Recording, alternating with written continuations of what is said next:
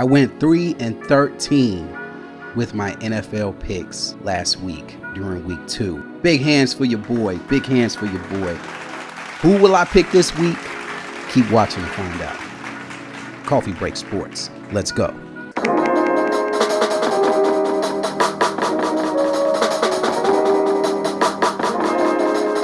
Welcome to another edition of Coffee Break Sports. I am your sports barista, Rod the Magnificent, back with another episode. And I'm here for week 3 of NFL picks. As you can see over there, we're going to be talking about who I got coming out of the week, winners and losers. But before I get into my spiel, hit the subscribe button, hit the bell for notifications so you can get updated on every time I post a new episode. So with all that being said, enough of me rambling. Let's get right into my picks. And we're going to start things off with our Thursday game, the Buffalo Bills going up against the Miami Dolphins at home. And the Dolphins coming off a very close loss to the New England Patriots, a game one can argue they should have won. But the Patriots come out on top there.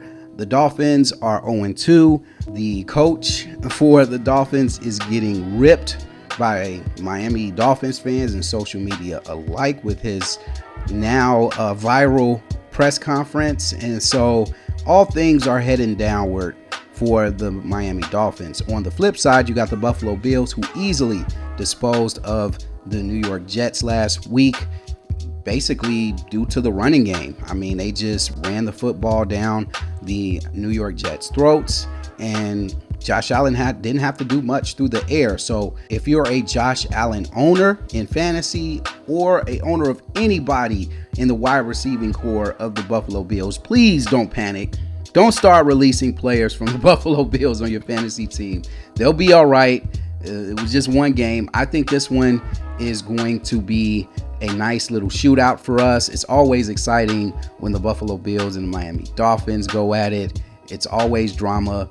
Last time these two teams met, it didn't bode well for the Dolphins. Actually, Josh Allen has owned the Dolphins since he's been in the league. So with that being said, the Dolphins are a 12-point underdog. I have the Buffalo Bills covering all of that. I got the Buffalo Bills winning this game pretty easy.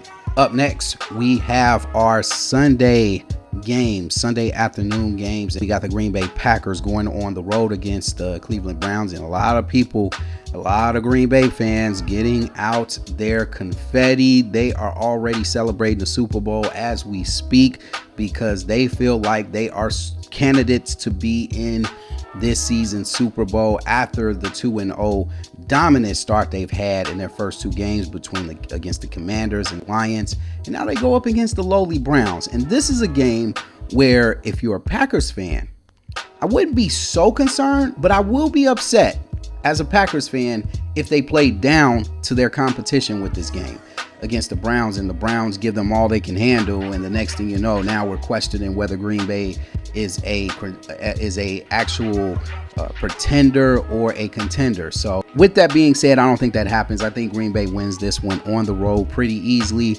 Their defense is pretty dominant. Now, the Browns do have a good defense on their side of the field, even though Lamar Jackson had a pretty good game against their defense. But Jordan Love is coming in. He looks like he's pretty sharp. He looks like he got his vision. It looks like he's comfortable in this offense. And I think the Green Bay Packers win this one. They are an 8-point favorite. And I think that's a fair, over under there. I think they are an 8-point favorite. I think they cover. Up next, we got the Colts going up against the Titans. The surprise Indianapolis Colts going up against the Titans that we expected them to be, 0-2, and one of the worst NFL teams in the league. And I think the Colts ride high off their momentum from that intense victory over the Denver Broncos, where they technically should have lost, but thanks to a late flag, they were able to pull off the upset over the Denver Broncos. And Daniel Jones, man, oh man, he is continuing to prove all haters and doubters wrong. But one thing I want to get the record straight here. I'm seeing Giants fans putting up, we had Barkley, we had Daniels in the backfield. Look what they're doing now. listen, it takes more than just 2 players for a team to be effective. What happened in New York stays in New York.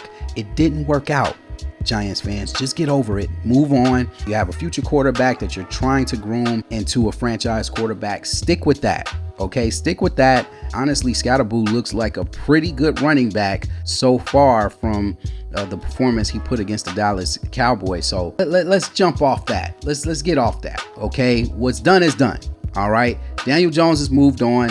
Saquon Barkley has moved on, and I think Giants fans need to move on too. With that being said, I got the Colts winning this game. They are a 3.5 point favorite. Up next, we got the Bengals going up against the Vikings. Vikings got a whole bunch of injuries, especially on offense.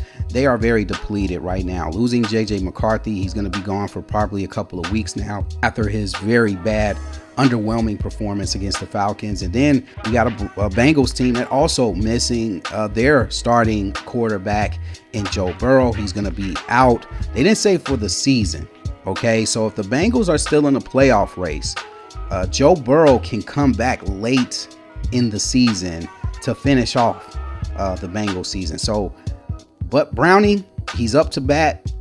We'll see what happens. A lot of Bengals fans trust in Browning from what I'm hearing from Bengals fans. And I think they go to Minnesota and pull off the win and go 3-0.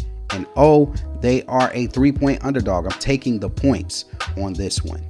Up next, we got the Pittsburgh Steelers going up against the New England Patriots on the road. The Steelers, after such an electrifying start to the season against the Jets, put on an underwhelming performance against the Seahawks at home. And now they go to New England, where New England is riding high off their victory over the Miami Dolphins. And I think that the Patriots win this game. The Steelers just look old on defense. They look like they can't stop a nosebleed, to be honest. They couldn't stop the Jets. They can't stop the Seahawks. Drake May is starting to look like he's getting his footing under this offense.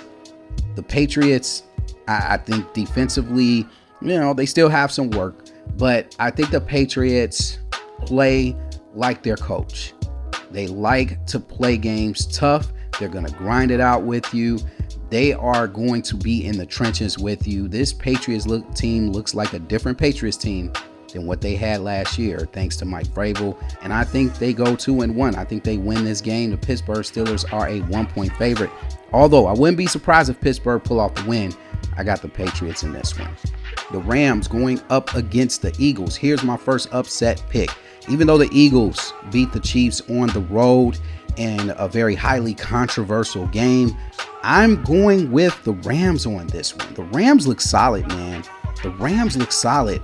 I think the Rams, and remember, the only team that came very close to beating the Eagles last year and stopping their championship run was the Los Angeles Rams. Remember, the Eagles needed to stop the Rams from scoring on their final possession to win that ball game. So I got the Rams in this one.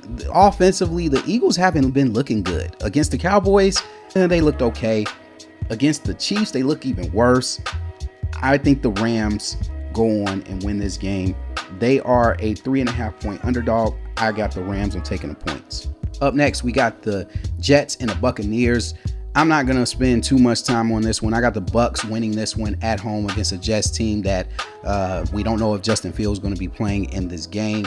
And so I got the Bucs easy on this one. The Bucs coming off 2 very close victories and just an impressive 2-minute drive by Baker Mayfield. Golly, Baker Mayfield, dog. Like, man, if I could substitute a quarterback for my team, the Bears, man, it would be Baker, man. Baker is just a hard-nosed, fight back type of quarterback that I wish we had in Chicago. But hey, I can't continue to keep wishing. I got to ride out with Caleb. But man, dude, watching that 2-minute drive by Baker Mayfield was a thing of beauty. And I think what's also going to be a thing of beauty is the Buccaneers finishing after this week 3-0.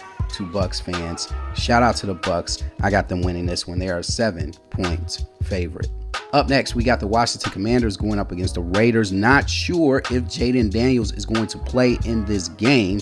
The Raiders coming off an underwhelming performance by Geno Smith at quarterback, 3 interceptions against the Chargers. They just looked pedestrian against the Chargers. And the Washington Commanders coming off a pretty underwhelming performance against a Green Bay team that looks like they're ready to compete for a Super Bowl. So I'm going to give the Commanders a pass on their performance last week. I think they bounced back this week. I think they have enough weapons to beat the Raiders at home. And I got the Commanders winning this one over the Raiders. The Commanders are a 3.5 point favorite. Up next, we got the Falcons going up against the Panthers on the road. I got the Falcons winning this one. I'm not going to expound too long on this one. Excellent performance by the Falcons. Dominant performance on the road against the Vikings. Shout out to Penix, man. He is playing ball. And yes, even though they didn't score a lot of touchdowns in that game, they still look dominant. I think they're going to dominate the Panthers on the road. They are a 6-point favorite. Up next, we got the Texans going up against the Jaguars on the road. And ladies and gentlemen, CJ Stroud, come up to the front of the congregation, please. Come up. The CJ Stroud fans, come up to the front, please.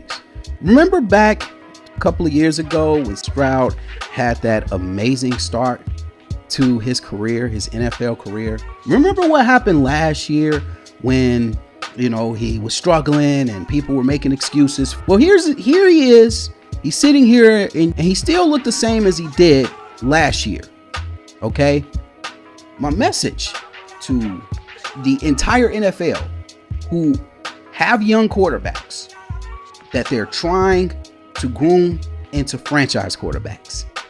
It doesn't happen overnight. Even when it seemed like it happens overnight, will the honeymoon last? Everyone's not going to be a Patrick Mahomes story. Everybody's not going to be a Tom Brady story. There are one-hit wonders in the NFL.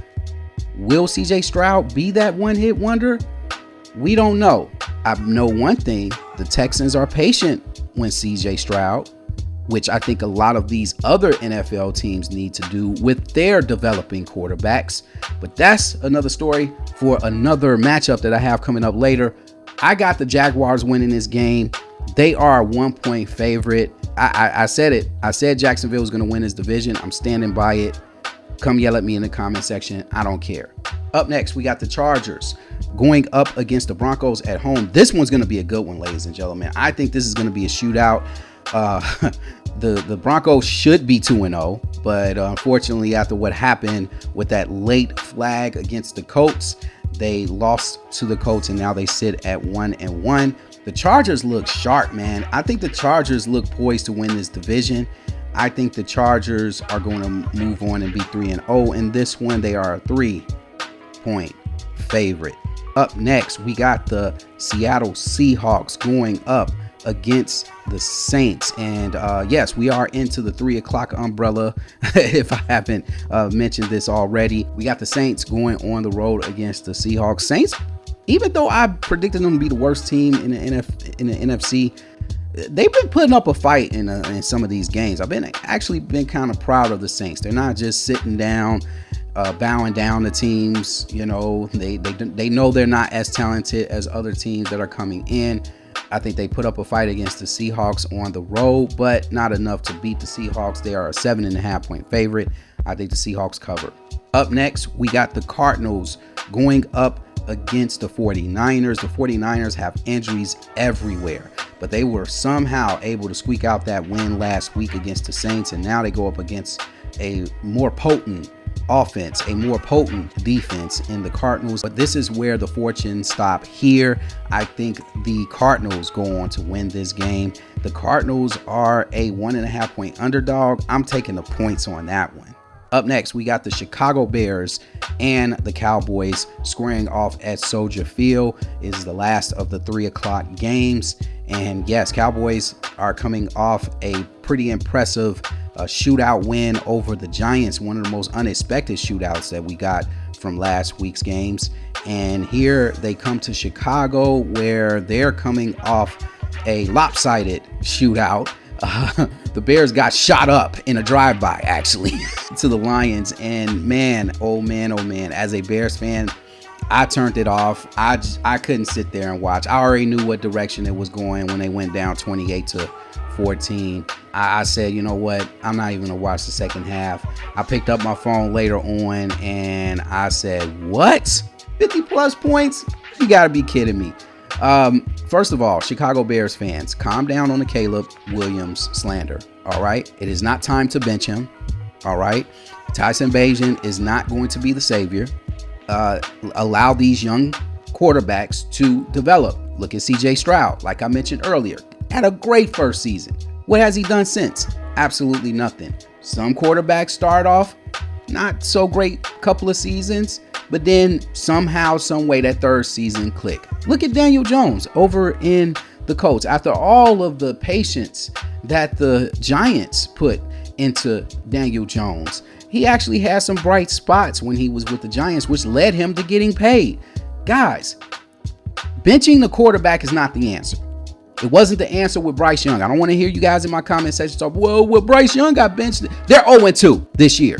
I don't care about when he came back and he played better and Carolina still didn't make the playoffs. They're 0-2 right now. They're 0-2. So I don't want to hear all of this nonsense about, oh, they need to bench Caleb like they did bench Bryce Young. It makes no sense. They're two different quarterbacks. They're in two totally different situations. He has a brand new offensive coach, a brand new offensive coordinator. This is his third while he's been here. So I don't want to hear all of this nonsense about, oh, they need to bench Caleb. Caleb didn't give up 52 points, Bears fans. The defense did. With that being said, I got the Bears winning this game. They're a 1-point favorite. I got the Bears winning this game. I challenge you, Chicago Bears. Put on a total opposite performance against the Cowboys that you did against Detroit and prove the naysayers wrong. Up next, we got the Giants at home against a very frustrated Kansas City Chiefs team. And shout out to Russell Wilson. I apologize, Russ. I said you was washed up. You came out there and put on a show until that last blunder in overtime. But other than that, man, shout out to Russell Wilson. I haven't seen him play like that since the Seattle days. Can he do that again against this Chiefs team? Possibly. They still have a good defense. I still believe in the Chiefs. I'm not hitting the panic button if I'm a Chiefs fan. I know a lot of Chiefs haters are just loving the Chiefs failures, but for me, I don't think I'm like, it is what it is. You know, it is what it is. As long as Kelsey and Mahomes are there, I am not writing off the Chiefs as much as everybody can't wait to write them off. And remember, they're getting 2 wide receivers back towards mid-season. So if they stay healthy up until that point, Kansas City could be a very dangerous team coming in down the stretch. All right.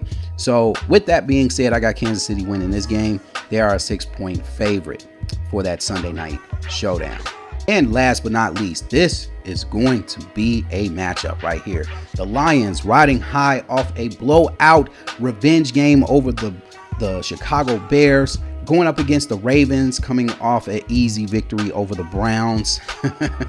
You see the pattern here, the Bears and the Browns. Anyway, the Lions are coming off an excellent win and an embarrassing loss to Green Bay. So we really don't know what this Lions team is, okay? That Bears team was a punching bag, all right?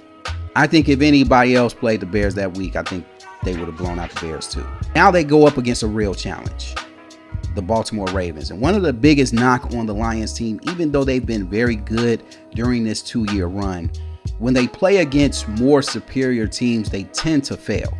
And the last time these two teams met in Baltimore, the Ravens put in some work on the Lions at home. And this is when Ben Johnson was their offensive coordinator. And so will that happen again? We'll see. I got the Ravens. I'm going to take the home team on this one just because they're at home. I got the Ravens winning this one over the Lions. They are a 5-point favorite, and I will take the Baltimore Ravens and the points. And those are my picks, and I'm sticking to them. Again, I am your sports barista, Rod the Magnificent. When it comes to coffee, when it comes to sports, stay grounded for life. I'll see you guys on the next episode. Peace.